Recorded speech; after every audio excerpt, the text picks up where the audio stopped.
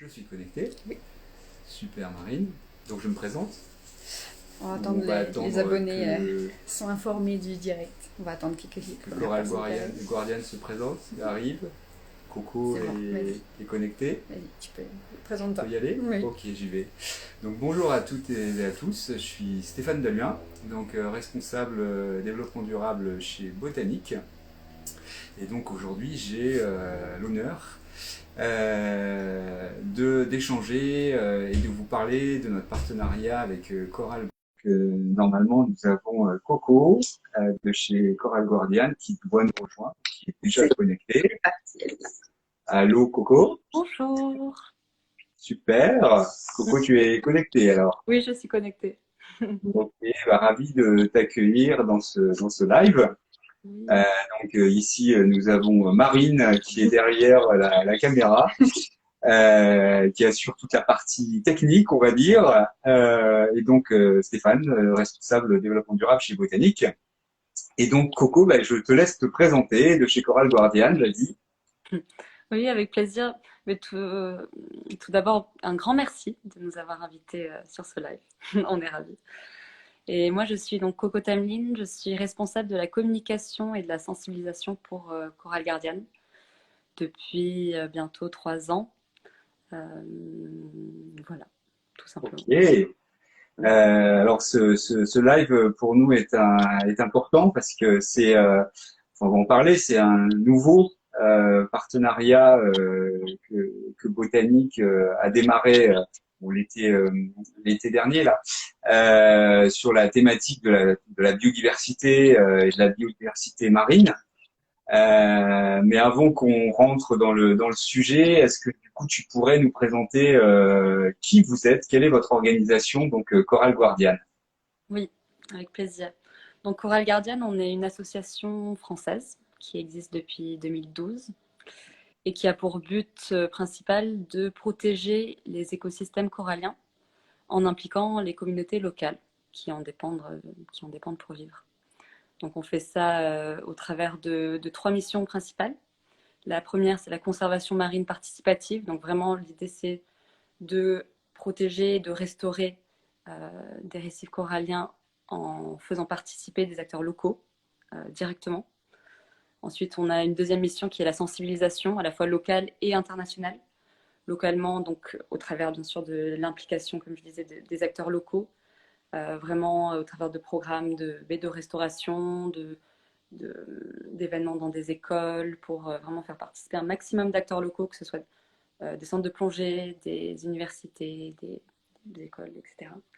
Au niveau international aussi, on essaie de faire participer toute personne qui souhaite s'engager pour ces écosystèmes, qui peuvent donc adopter un corail. La personne reçoit un certificat d'adoption et le mois suivant, ce corail est transplanté sur notre aire marine protégée en Indonésie.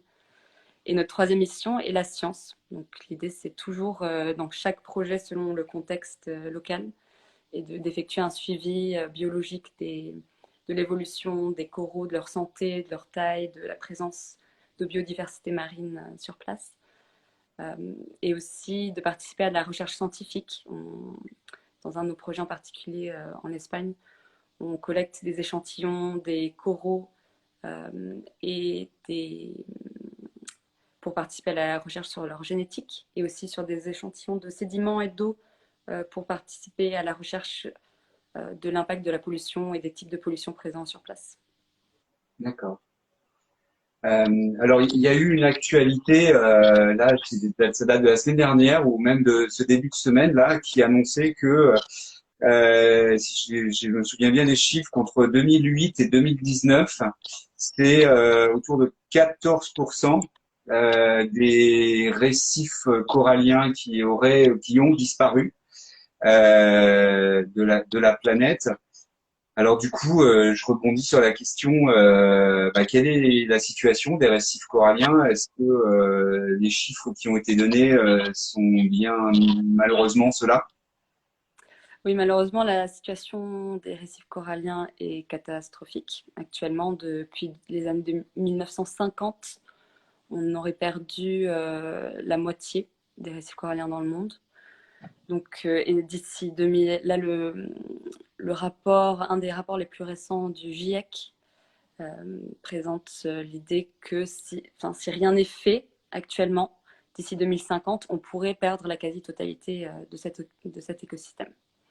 Donc c'est vraiment, l'urgence est là, il faut agir, mais nous, on est là aussi pour présenter le fait que des solutions existent, vraiment, des solutions concrètes. Donc notre message est plutôt positif, c'est juste qu'en effet, il faut, si on veut protéger cet écosystème, il faut agir tout de suite. D'accord. Et, et, euh, et en fait, finalement, à quoi servent les coraux? Pourquoi il faut les préserver? Oui, c'est une très bonne question. D'ailleurs, les récifs coralliens, souvent, on pense que c'est un écosystème tropical qui existe très loin de chez nous, en Ouais, France. Même si, bien sûr, en France, on a aussi nos dom-toms. Mais les coraux, donc il y a les récifs coralliens tropicaux, et il y a aussi les coraux d'eau froide qui existent dans tous les océans de la planète, qui existent aussi en ok, Méditerranée. Et c'est pour ça qu'on a d'ailleurs lancé un projet en Méditerranée l'année dernière. Mais les coraux, en général, donc, abritent, donc, même s'ils couvrent une toute petite surface de l'océan, de mhm, moins de 0,2%, ils abritent un quart de toute la biodiversité marine. Donc c'est énorme. ok, Et, et pour cela, c'est pour cela qu'il y a 330 millions de personnes aussi qui en dépendent directement pour la pêche, pour ouais, le tourisme, enfin pour des raisons économiques.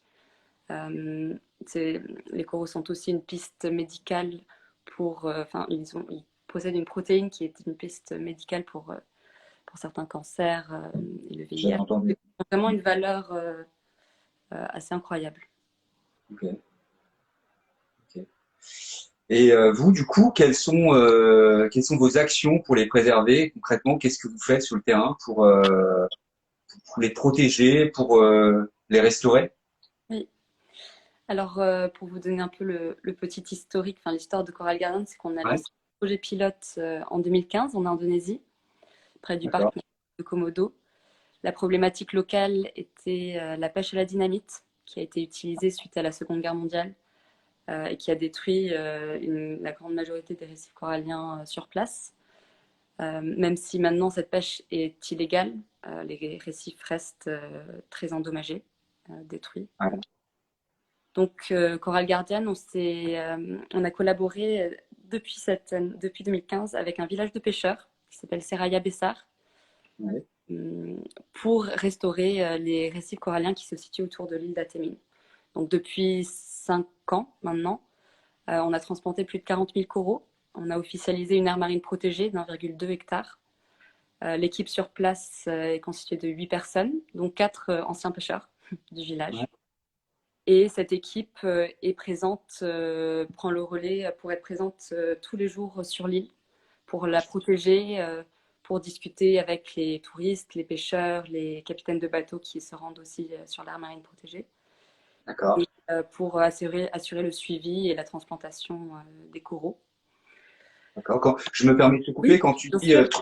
transplantation, enfin c'est un terme qui est peut paraître un peu technique, en tout cas pour moi.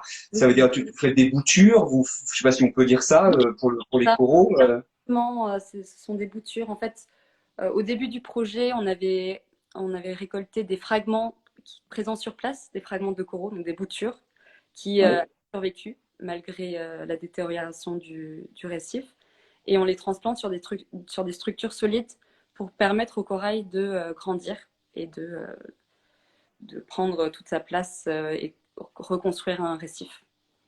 Et d'accord. c'est vraiment ce système de bouturage où maintenant qu'on a plus de 300 structures, enfin on a un récif corallien qui est assez énorme, on récupère des fragments de nos propres, on appelle ça des nurseries, de nos Ah, propres structures de coraux ouais, pour agrandir le récif. d'accord. Ouais. Ok. Donc rien n'est perdu dans ce que j'entends. On peut restaurer je sais pas si le terme pareil est bon, le corail, les récifs coralliens. Et ça, c'est ce que vous faites. Et sinon, nous, en tant que citoyens, quelles actions peut-on faire à notre niveau? Oui. Alors, il y en a plusieurs. Déjà, donc comme je disais, notre message, enfin, notre but est vraiment de faire passer un message positif comme quoi des solutions existent, parce que j'ai pas forcément fini, mais sur l'aire marine protégée, maintenant on a réalisé qu'il y a quand même 5 fois plus d'espèces de poissons sur place. Donc il y a vraiment, c'est un réel succès en fait, ce modèle de conservation, l'idée d'impliquer des communautés locales.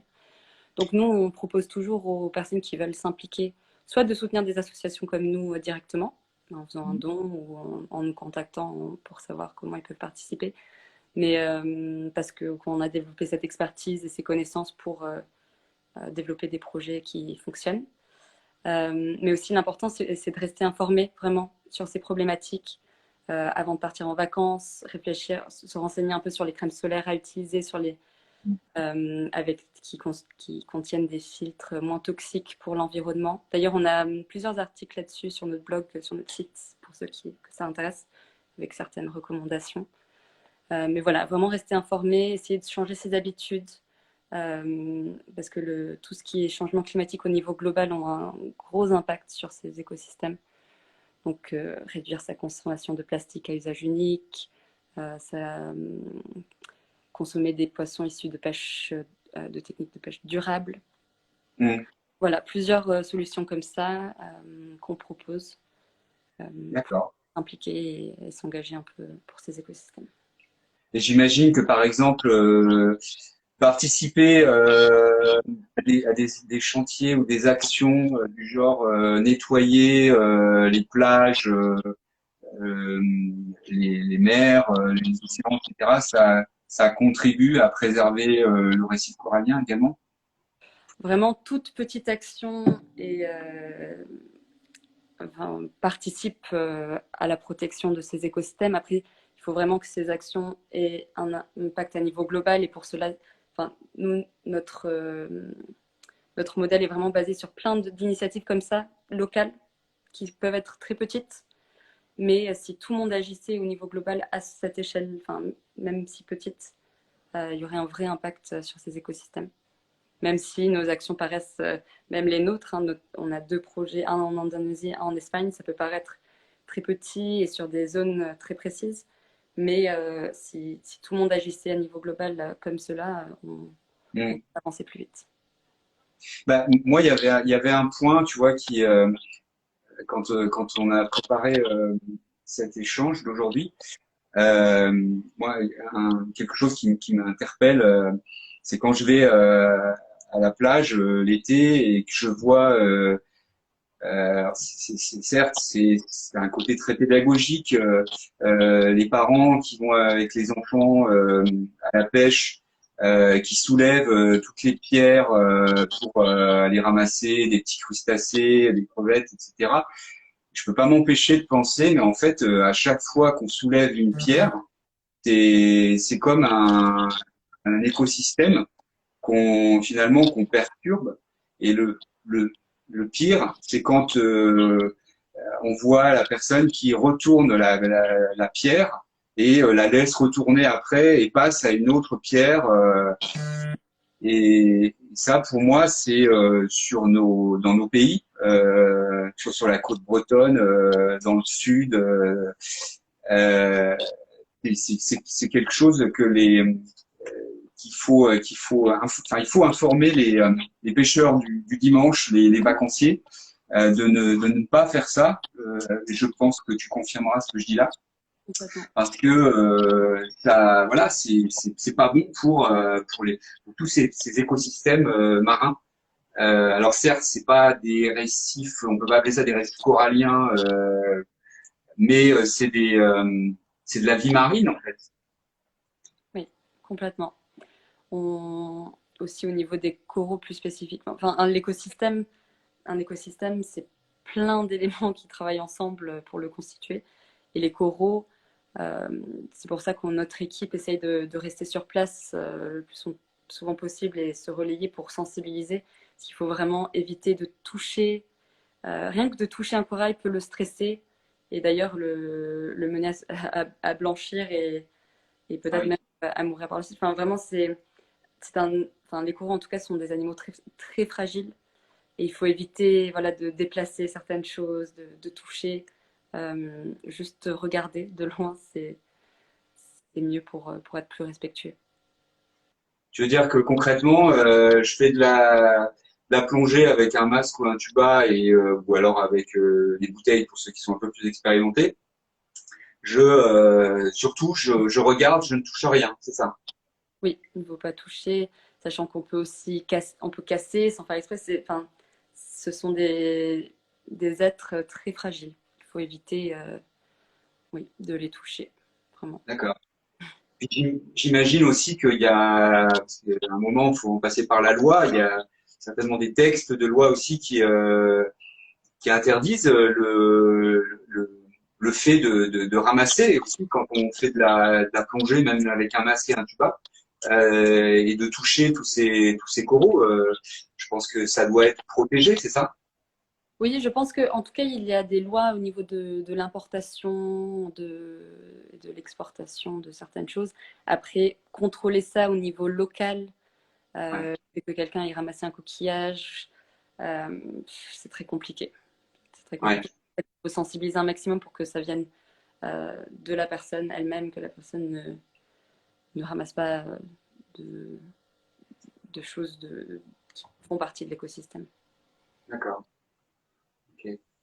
Alors nous, pour expliquer un petit peu quand même notre partenariat avec Coral Guardian, donc c'est un partenariat, en tout cas à ce stade, c'est un partenariat financier, c'est-à-dire que Botanique aide financièrement votre organisation à agir, parce que bon, à un moment, pour agir, bah, vous avez besoin de fonds. Euh, donc vous avez plusieurs partenaires. Sinon, comment on peut vous aider? Comment les citoyens, les particuliers peuvent également vous aider? Alors, de plusieurs façons également, diffuser notre message, ce message vraiment positif, parce que c'est vrai que le réchauffement climatique, toutes ces thématiques sont déprimantes et on a l'impression parfois d'être un peu bloqué, de ne pas savoir comment agir. L'idée, c'est vraiment de diffuser ce message positif comme quoi des solutions existent. Donc, partager nos informations, nous suivre sur les réseaux sociaux, partager un peu nos nouvelles au fur et à mesure, ça nous aide beaucoup. Et puis, ça aide aussi tout le monde à se sentir un peu plus enfin, d'attaque à s'engager pour l'environnement. Et ensuite, vous pouvez aussi nous aider aussi directement. Bien sûr, on a besoin de fonds pour continuer nos actions. Donc, sur notre site internet, on a une plateforme de dons. On apprécie beaucoup les dons mensuels, même s'ils sont très petits. Des toutes petites sommes, ça nous aide aussi parce que ça nous aide vraiment sur la durée de nos actions pour effectuer tous les suivis aussi, notamment les suivis scientifiques des zones de restauration et voir un peu comment on peut améliorer nos techniques, etc. Mais on peut aussi adopter des coraux. Donc, ça, c'est un don aussi. D'accord, c'est original. On adopte adopter un corail. Oui, donc D'accord. chacun peut Comment ça marche? adopter. Pardon. Comment ça marche concrètement du coup? Alors, chaque personne peut donc adopter son corail sur notre site internet. Il choisit le nom de coraux qu'il souhaite adopter, il leur donne un petit nom. Et en échange, il reçoit un certificat d'adoption de son corail, sachant que le corail sera ensuite transplanté vraiment sur notre aire marine protégée le mois suivant l'adoption. En Et fait, une c'est tout. bouture, Oui, une c'est bouture ça. peut être faite, d'accord. Ok. Une bouture qui sera donc transplantée et qui contribuera à agrandir le récif de l'aire marine protégée en Indonésie. D'accord. C'est combien concrètement pour C'est- un particulier? Oui, c'est 30 euros, sachant qu'après déduction fiscale, je crois que ça revient à 10 euros et quelques. D'accord. Ok.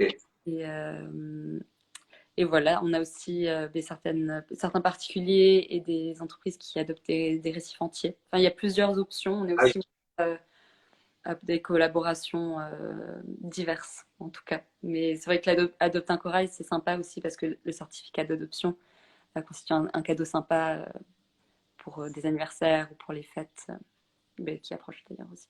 d'accord.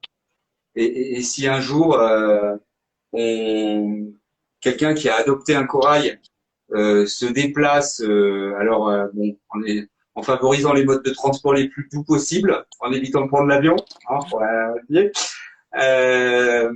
Et qu'il vient dans, je sais pas, par exemple, tu parlais tout à l'heure de l'Espagne. Est-ce que après sur place, ou c'est peut-être pas encore le cas aujourd'hui, je sais pas, vous organisez des visites ou des ateliers pédagogiques sur place pour faire découvrir aux parrains et aux marraines de à quoi ils ont contribué? Ça sera dans le futur que vous allez mettre ça en place? Mais très bonne question. En fait, on avait mis ça en place, on avait des missions, on appelait ça des missions d'éco-volontariat. Oui. Mais bon, après, je t'avoue qu'avec le Covid, ça a un peu compliqué toutes ces missions. Donc, tout est en pause actuellement. On n'a pas encore repris. Ça devrait reprendre, mais on n'a pas de date en tête. En tout cas, quand ça reprendra, on communiquera là-dessus directement sur nos réseaux sociaux et notre newsletter. D'accord.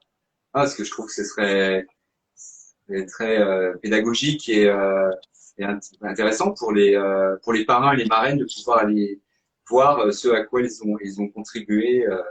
Oui. Bon, bah, écoute, En plus, les coraux, ça a un impact visuel assez fort parce que c'est très coloré. On voit tout de suite le retour de biodiversité. Donc, c'est vrai que c'est très sympa de voir ouais, son impact comme ça concret sous l'eau. je pense aussi, ouais.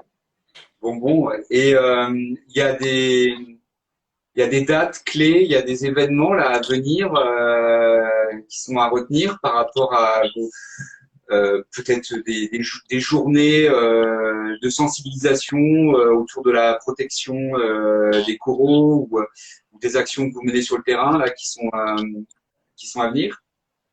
Oui, alors qu'est-ce qu'on a à venir? On a une petite surprise fin novembre, enfin une manière de participer. On va proposer une petite manière de participer à notre projet en Espagne. D'accord. On annoncera ça, oui, la dernière semaine de novembre. Okay. Et on a aussi, bon, après avec les fêtes, on sera très occupé à Noël d'ailleurs avec notre campagne Adopte un corail. Et Ah, c'est un cadeau de Noël, ouais, c'est éthique d'offrir d'adopter un corail pour Noël, c'est sympa. oui, voilà, soit pour soi-même, soit pour un proche, c'est toujours c'est un geste sympa pour son entourage, mais aussi pour l'environnement. Et en janvier, une autre surprise qui approche, sachant qu'on fête nos 10 ans d'action de D'accord. conservation. Donc pareil, on prépare un projet sympa. Mhm. Donc, je ne révélerai rien pour l'instant. Surprise. Rendez-vous sur notre compte. Oui, donc faut vous suivre sur les réseaux sociaux ou sur votre site internet pour avoir la primeur. Voilà. C'est ça. On est vraiment présent sur tous les réseaux, notamment Instagram et Facebook. Et on communique régulièrement et on communiquera bien sûr sur ces surprises à venir. D'accord. Oui, bah, j'imagine que nous aussi, on relaiera ou en tout cas, on essaiera, voilà, dans le cadre de notre partenariat. Et puis c'est un enjeu absolument fondamental, cette préservation des coraux. Donc, bah, écoute, merci pour toutes ces explications fort intéressantes. Merci Et à vous. Et vraiment un grand donc, merci à Botanique pour votre soutien. On est vraiment ravis de cette collaboration qui a beaucoup de sens. bah, ça faisait quand même un petit moment qu'on se tournait autour, si je puis le dire ainsi. Et moi, je suis ravi également que voilà, on ait pu concrétiser ce partenariat parce que vous faites vraiment un beau boulot et vous menez des actions concrètes sur le terrain pour sauver ce qui peut être sauvé. Voilà. Merci. Ben, merci à vous pour votre engagement. Donc, ben, longue vie à Coral Guardian. Merci. Merci beaucoup. Salut! Au revoir. À la prochaine. Ouais, à la prochaine. Au revoir. Ciao. Bonne journée.